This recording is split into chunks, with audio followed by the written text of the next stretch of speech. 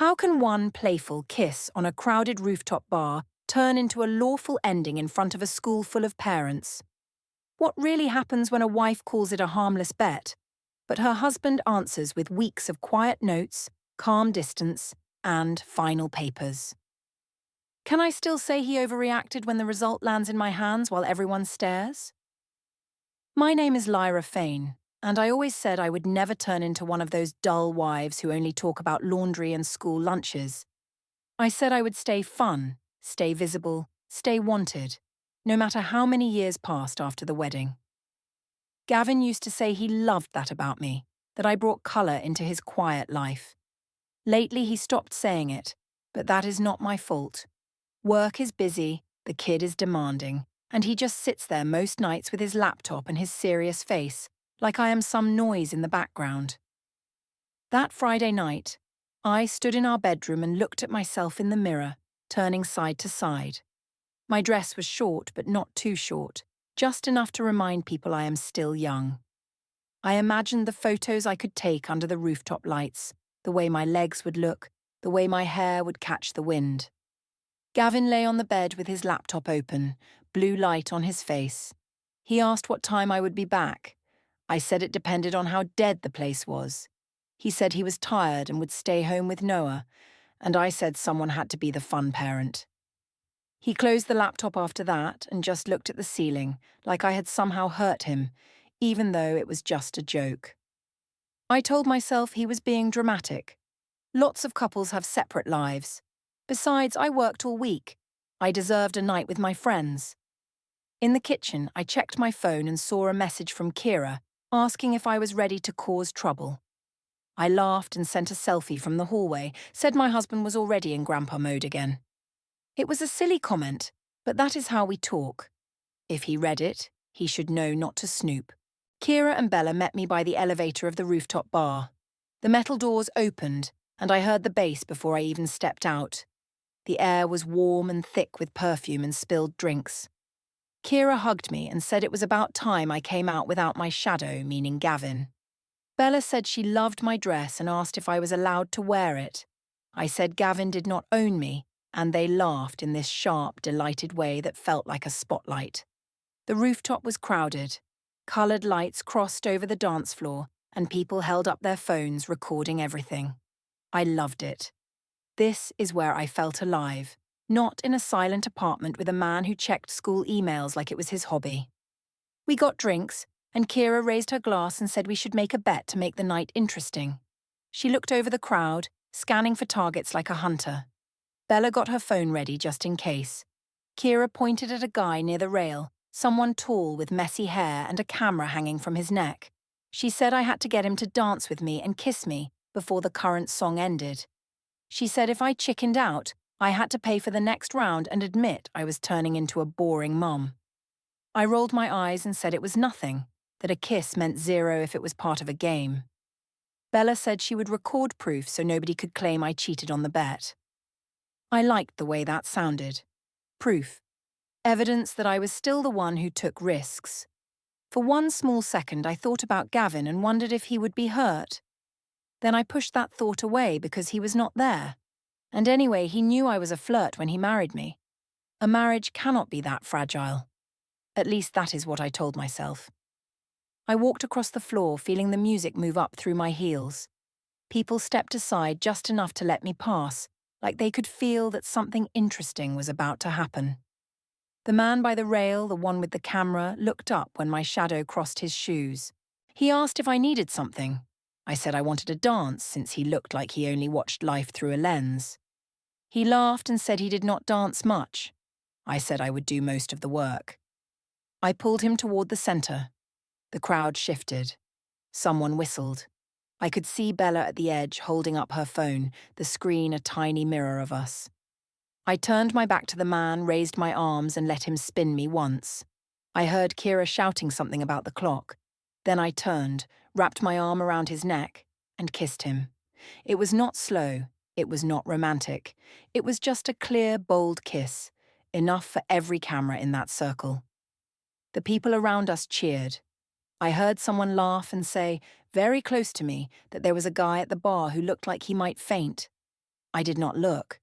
I did not want to break my moment by seeing some random jealous boyfriend or some judgmental stranger. This scene was mine. I wanted the story, the clip, the likes. If Gavin had been there, he should have understood that. But as far as I knew, he was home in bed, like always. On the balcony later, Bella showed me the video. She said the lighting was perfect and called me a legend. Kira said Gavin would either die or finally wake up. I said he would grumble and then get over it, because that was what husbands do when their wives are actually interesting. In the background of the clip, near the bar, a familiar shape passed across the frame, but the angle was quick, and I did not look too closely. I told myself it was just a stranger with the same jacket. By the time I took a cab home, the heat from the night was fading and my feet hurt. The apartment was dark except for the glow from the bedroom. Gavin lay awake, phone on the nightstand, screen facing up. He asked if I had fun. I said at least somebody wanted to dance with me. He went quiet.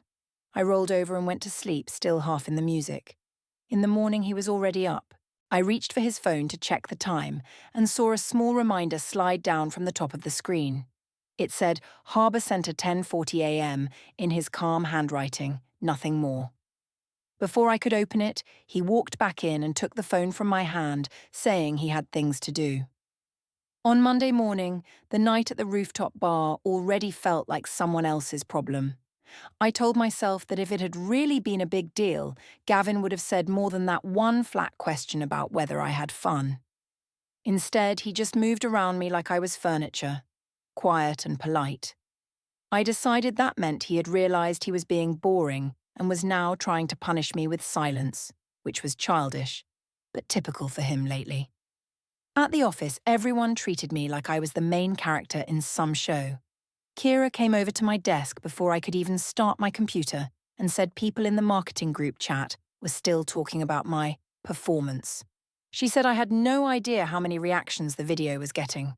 I asked how bad it really looked, and she said it looked amazing, then added that Gavin would probably hate it. Bella sent me a message that she had edited the clip a bit, cut out my tipsy stumble and made the kiss look sharper. I pretended to be annoyed, but I felt a warm, bright pride that sat right in my chest. 2 people from another team walked by, and one of them asked if I was the famous bet girl from Friday. I laughed and said people needed hobbies, and they said the video made their whole weekend. Nobody asked how my husband felt about it. They just assumed I was the kind of woman who could do that and still have everything under control. I liked that idea. It made the guilt easier to ignore. When I thought about Gavin's still face on the pillow, I told myself he was just jealous I could pull a crowd, and he could not. Around lunch, I checked my phone and saw that my story from the weekend had more replies than usual. Some were from friends I had not seen in months, sending laughing faces or fire emojis. One old coworker said she could not believe I was married because I looked too free in the video. I screenshotted that and sent it to Kira, saying it was proof I was not dead inside yet. She answered that some men could not handle a woman with energy. It felt nice to have someone confirm what I already believed. When I got home that evening, the apartment was almost too neat. Noah's shoes were lined up by the door, his backpack hung on the hook, and the kitchen counter was clean. Gavin was in the bedroom, changing his shirt, wearing one he usually saved for important work meetings. He said he had to go out for a bit, and that dinner was already made for Noah in the fridge. I asked where he was going, and he said he had a personal errand near Harbour Centre. I asked if it was about work, and he just said it was personal and that he would not be long. He left before I could pick a fight over the word personal. I walked around the apartment, annoyed that he would not give me details. When I passed the guest room, the door was half open. Inside, the bedspread was a little rumpled, like someone had sat there earlier, and his laptop sat on the desk. The screen was on, showing a simple table with columns and dates, rows filled with short notes. There was no title at the top, just empty space. Before I could lean closer, the cursor moved, and the whole window dropped down as the screen minimized. He must have logged in remotely. It was strange, but I told myself he had started some boring project and did not want me to tease him. Later that night, he came back, and I was ready for a scene. I asked if he had been at Harbour Centre all afternoon, and he said he had. I asked what he had been doing there, and he answered that it was personal, and he did not want to talk about it. I told him secrecy was not healthy in a marriage, and that he had no right to judge where I danced if he would not even explain where he went. He just looked at me for a moment and said he had heard enough of my explanations and would rather listen than argue now. Then he walked past me, calm and slow, like nothing I said could get under his skin. That was new. Normally he would try to defend himself or ask more questions about the rooftop. He would say he was worried, or that he felt disrespected, and we would get into a full argument.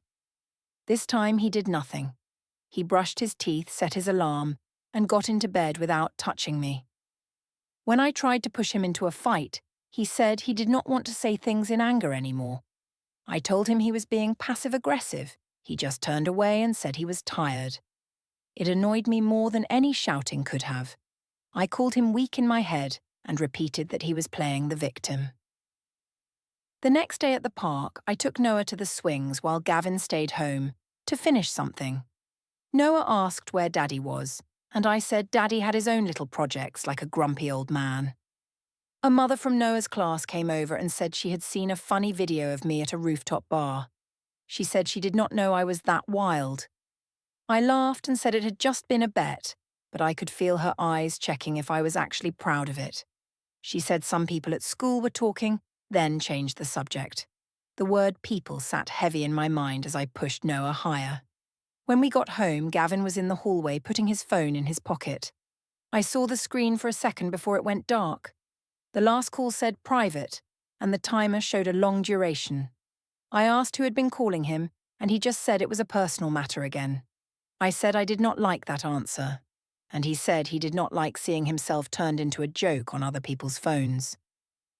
Then he went past me to the guest room carrying his laptop. That night he went to bed earlier than me and did not wait for me to come in. I stood in the doorway watching him breathe, calm and heavy, as if I were no longer a storm he had to deal with. The next morning I walked into the office, set my bag down, and woke my computer. My email barely had time to load before a small notification popped up on my screen. Someone had tagged me in a public post of the rooftop kiss, the caption louder and ruder than what I had shared myself, and as I clicked it open, my manager stepped behind me and asked for a quick word in her office. The talk with my manager was not as bad as it could have been, but it still annoyed me. She said people at work had seen the rooftop video and that some clients followed my account, so she wanted me to think about my professional image. She asked if I understood that my personal posts could reflect on the company. I said it was just a joke between friends and that everyone knew how modern marriages worked now. She said she was not judging my marriage, only asking me to be more careful, and she hinted that if things got louder online, it could become a problem. On the way back to my desk, I told myself she was overreacting because her own life was probably boring. I messaged Kira and told her about the meeting. She said some people could not handle a little fun and that I should lean into the attention instead of shrinking from it. Bella sent me a link to another repost of the video, this time from someone I barely knew, and said it was going around more than I thought. I told them both that Gavin would probably use the HR talk to make himself the victim again, and I felt a mix of anger and excitement in my chest. If everyone was already watching, at least they were watching me. That weekend, we had a family dinner at a long table in a busy restaurant. It was supposed to be for Gavin's cousin's birthday, but of course my rooftop story became the main show. The place was bright and noisy, with kids running between chairs and plates clinking. I wore a fitted dress and full makeup because I refused to fade into the background. As soon as we sat down, one of his cousins asked if the rumor about me kissing a stranger for a bet was true. I said it was mostly true and that the story was better if I told it myself. So I did. I told the whole table about the night at the rooftop bar, how Kira dared me, how the guy with the camera tried to pretend he did not dance, how the crowd cheered when I kissed him. I said Gavin had acted like a statue and made everyone uncomfortable, even though, in reality, he had just stood there. I painted it as if he had thrown some kind of silent tantrum that ruined the night. People laughed, and someone at the far end of the table lifted a phone to record while the others beat their hands on the table for me to keep going. It felt powerful, being the centre like that, even if a small part of me knew I was changing the details. Gavin sat next to me, barely touching his food. When I mentioned how he had looked at me afterward, I felt his shoulder tense. He said quietly that some parts of my story did not match what actually happened. I said he was welcome to tell his own version if he could make it entertaining. Janice, sitting across from us, watched him more than she watched me. Later, in the washroom, she told me in a low voice that if someone had kissed a stranger in front of her like that, she would have been devastated. I told her she was being old-fashioned and that I did not cheat because it was just a game. She looked tired rather than angry, which somehow bothered me more. Back at home, some things had changed again. On the fridge, there was a new calendar entry in his handwriting that said, Union Plaza 3:15 p.m. for the coming Thursday. I asked what that was, and he said it was another personal appointment. I snapped that ever since the rooftop video he had more secrets than I did, and he said slowly that I had never been shy about keeping things from him when it suited me. A few days after that date, I noticed he had started opening all the mail himself and sorting it into neat stacks. He moved his wallet and keys to a different spot near the guest room instead of leaving them by the front door. A slim binder appeared on a shelf with utilities written on the spine, but when I picked it up, it was thicker than simple bills. When I tried to joke about him turning into some kind of paranoid clerk, he did not rise to it. He just said he preferred order now. He also moved more of his clothes into the guest room for convenience, as he put it, and stopped asking me if I wanted coffee in the morning. I told myself he was playing some long guilt strategy, trying to make me chase him, and I refused to give him that satisfaction, even as I felt the space between us getting real. At the supermarket one afternoon, I pushed a cart with Noah sitting in the child's seat while Gavin stayed home. In the checkout line, a man I recognized from a mutual friend's party asked if I was the one from that rooftop video. He said people were still sharing it in a group chat and that I had strong energy. The cashier listened with interest. I laughed and the screen on the dashboard flashed, meeting personal 4:05 p.m., and the call showed no name, just a long duration. When he saw me, he ended the call and stepped out. I asked who he was talking to and why he needed headphones for it. He said it was personal again, and that not everything in his life was material for my stories. After that, his behavior shifted in a new way. He stopped agreeing to come with me to events, even ones where our friends would be. When Kira invited both of us to a rooftop birthday, he told me he was busy and did not want to pretend we were fine for a crowd. He spent more evenings with Noah and sometimes took him to see Janice without inviting me along. He said it was important for Noah to feel safe and steady. His phone was always nearby, always at full battery, lying face down on the table, and he would move it closer if I sat too near. One night, I walked past the guest room and saw his laptop open again. This time there was a spreadsheet with short initials and dates in columns. There was still no title, just neat lines like he was recording something.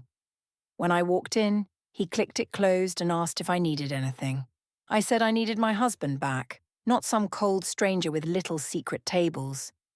He said he had stopped being a stranger when I turned us into a public show. I told him he was twisting things. He said he was done twisting himself into knots. The next weekend, we went to another family meal at the same restaurant, and I knew people were expecting me to talk. As the plates arrived and the noise rose, someone shouted from down the table that I should tell the rooftop story again, louder this time. I saw a cousin lift his phone, ready to capture my face, and saw Gavin lower his eyes to the table. The questions started with Noah, which felt unfair to me. He was only 6. He should have been thinking about cartoons and snack time, not grown-up drama. One afternoon, I waited in the school pickup line with my arms folded, scrolling through my phone. A couple of mums stood near me whispering, and I caught my own name once, then the word video. I pretended not to hear them. When Noah came out, he climbed into the back seat and buckled in. On the drive home, He asked why people at school said I had kissed a strange man. I laughed and said people liked to lie when they were jealous. He went quiet, then asked why Daddy slept in the other room now. I told him Daddy was just being dramatic because he wanted attention, like a child. That night at home, the air felt heavy. I could hear the TV from the living room, some news show Gavin liked, low and serious. In the kitchen, 2 mugs sat on opposite counters, one near the sink, one near the coffee machine. It bothered me that they were not together, like a tiny symbol of the gap between us. On the fridge, I saw a sticky note in Gavin's handwriting that said, "Bring forms," stuck right beside Noah's drawing from school. When I opened his calendar app later, pretending to check the grocery list, I saw a new entry for the next morning. Paper drop, 8:05 a.m., blocked in dull grey. I rolled my eyes at the words and told myself he was only doing all this to scare me. Gavin came in while I was staring at the note. He asked if everything was okay. I said I was just trying to understand why my husband had a whole secret life of paper drops and forms. He said he had some personal errands to finish and that nothing he was doing would be a surprise if I had been paying attention earlier. I told him he sounded like a villain in a cheap show. He did not react. He simply took his mug from the far counter, rinsed it, and put it in the dish rack. His calm made me feel more on edge than yelling would have. The next day, when I came back from dropping Noah off, the apartment was quiet. Gavin's shoes were gone from the hallway, his car missing from the lot. In the guest room, the bed was neatly made, but the desk was different. There were 3 binders lined up, labelled Home, Auto, and Bank, all in his neat block letters. Next to them was a small USB stick taped under a folder labelled Taxes, with only a date written on it in pen. I peeled the tape a little, then stopped, because I could hear the front door opening. Gavin called my name in a normal tone.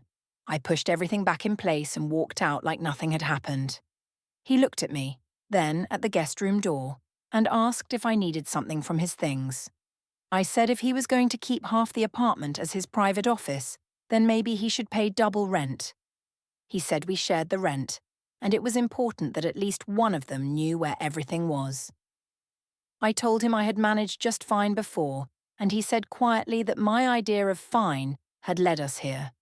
I told him he was twisting reality and using his calm voice like a weapon. He said he was just tired of shouting and needed clear facts around him. One evening later that week, Janice met me and Noah at the park. The playground was full of children, the noise bright and sharp. I sat on the bench while Noah climbed the slide. Janice watched him, then said she had heard from some relatives about the way I told the rooftop story at dinner. I said they loved it, and that it was better to laugh than to cry. She answered softly that laughter at someone's pain was still pain. I said Gavin should have spoken up if he had a problem, and that he had chosen to sulk instead. She said he had tried many times, and that now he was focused on protecting Noah. That word, protecting, stung.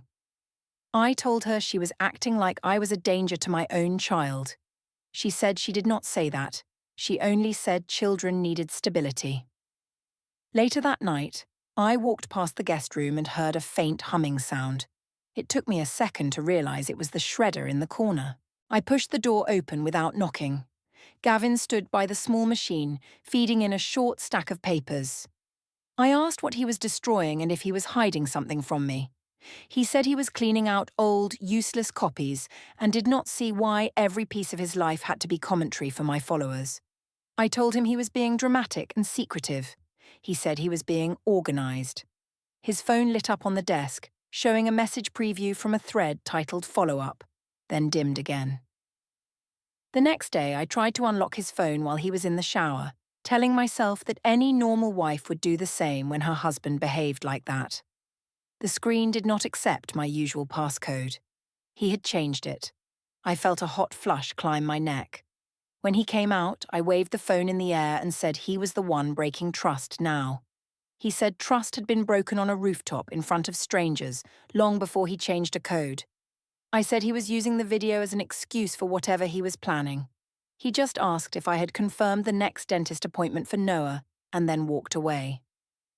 That afternoon, I peeked at his laptop when he went to take a call in the hallway. The desktop was so clean it annoyed me. Only a few folders sat there labelled Archive A and Archive B, nothing else. No random photos, no loose files. As I watched, a small notification popped up in the corner. It said, "File uploaded successfully," with a cloud icon, then vanished. I opened the photo gallery on his phone later when he left it on the table for a moment. Between pictures of Noah and boring screenshots, there was a close-up photo of a piece of paper, but before I could zoom in, he walked back in, and I had to flip to a different image. In the middle of all this, Noah kept asking his questions. One night, when I tucked him into his bed, he asked why Daddy kissed him goodnight and then went down the hall instead of coming back to our room. I told him Daddy had made a choice to sleep in the wrong place because he wanted to feel like a victim. Noah frowned and said his friend's parents slept in the same room, so maybe our family was wrong. I said other families had their own problems. He stayed quiet, but the way he looked at me made me uncomfortable, as if he could see through my explanations. A few days later, I stood in the school pickup line again. My phone buzzed in my pocket with a message from Nadia saying we needed to talk soon, that she was worried about how I sounded in the stories I told.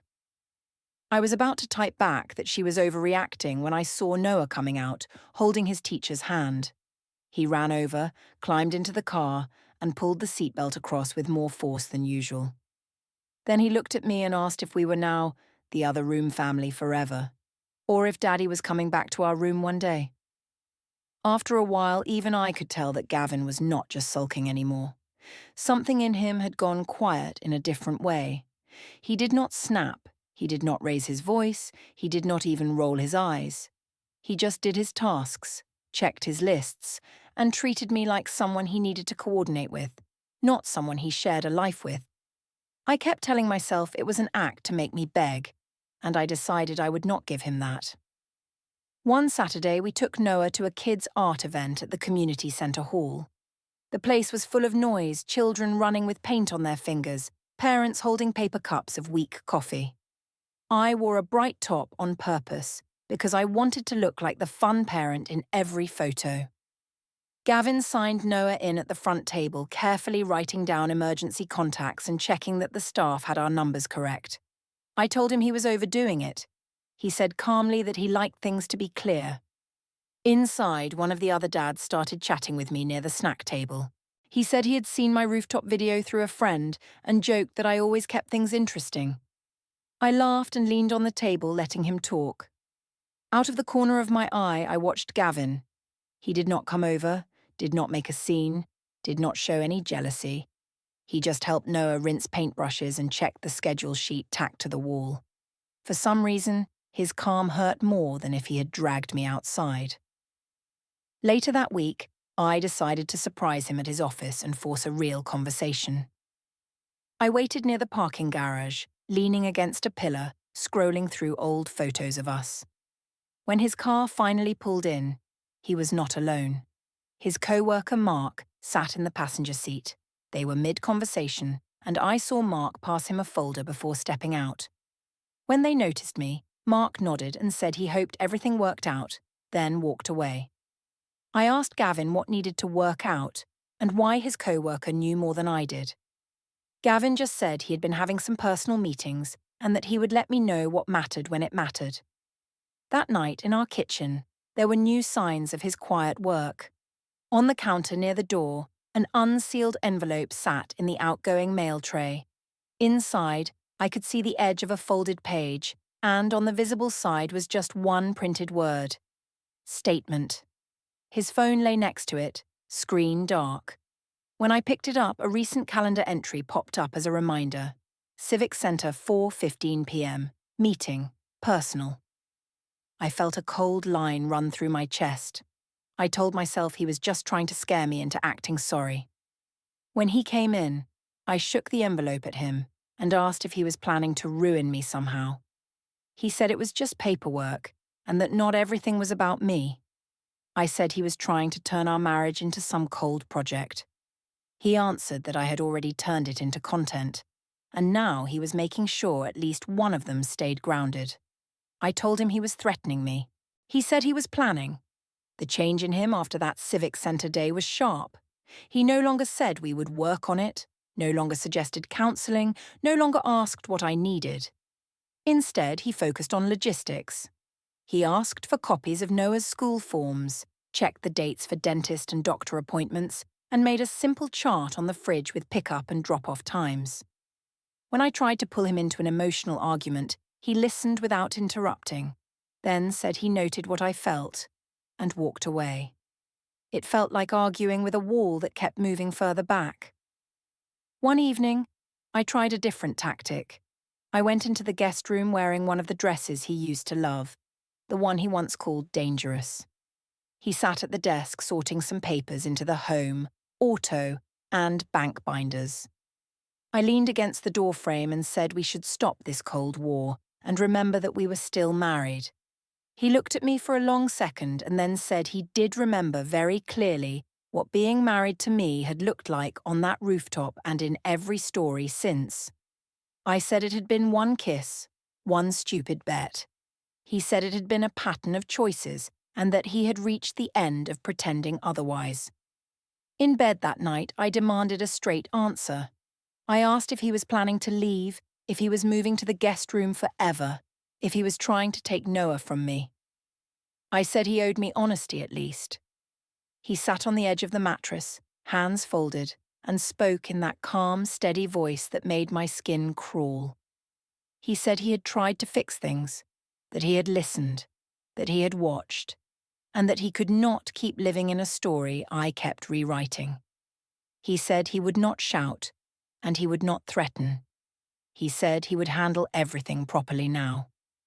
I laughed in his face and asked what that even meant, but he did not explain. He just stood up, took his mug from my nightstand instead of his own, and carried it back to the kitchen. I heard the faint buzz of his phone on the counter a moment later, the screen flashing some reminder I could not read. Gavin texted that we needed to meet at the Civic Centre to talk like adults. I told myself this was finally the moment he'd admit he was overreacting. The plaza outside the courthouse was bright, with people moving in and out. Janice sat on a bench with Noah beside her, his backpack at his feet. I walked up and asked why they were here, and Gavin said we should wait a minute. A man in a plain jacket stepped toward me, said my full name, and put an envelope in my hand. I laughed and asked if this was some joke. Inside were divorce papers and temporary orders, with our names printed and lines about custody, the apartment, and posts I had to remove. When I looked up, Gavin was already walking away, holding Noah's hand while Janice followed.